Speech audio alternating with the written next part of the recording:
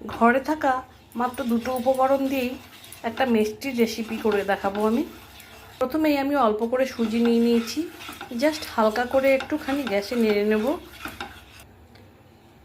একটু ঘি দিয়ে দিলাম, এই ঘিয়ের মধ্যে সুজিটাকে হালকা করে ভেজে নেব।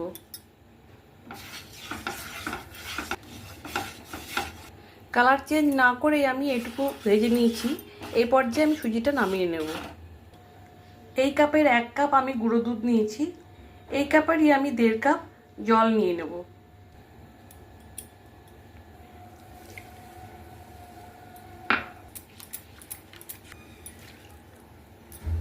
ওই কাপের হাফ কাপের থেকে একটু বেশি চিনি দিয়ে দিলাম।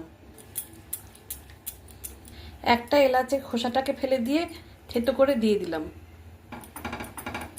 যেই সুজিটা ভেজে রেখেছিলাম সেই সুজিটুকু দিয়ে দিলাম।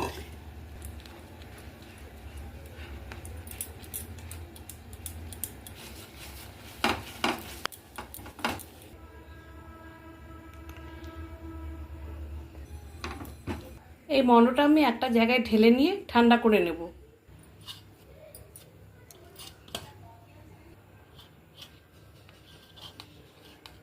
এরমভাবে কেটে নেব 4 চৌকো করে।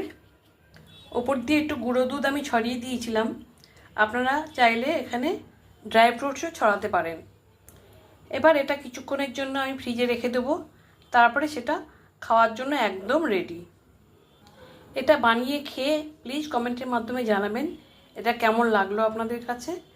আর একটা লাইক আর সাবস্ক্রাইব করে আমার পাশে থাকবেন।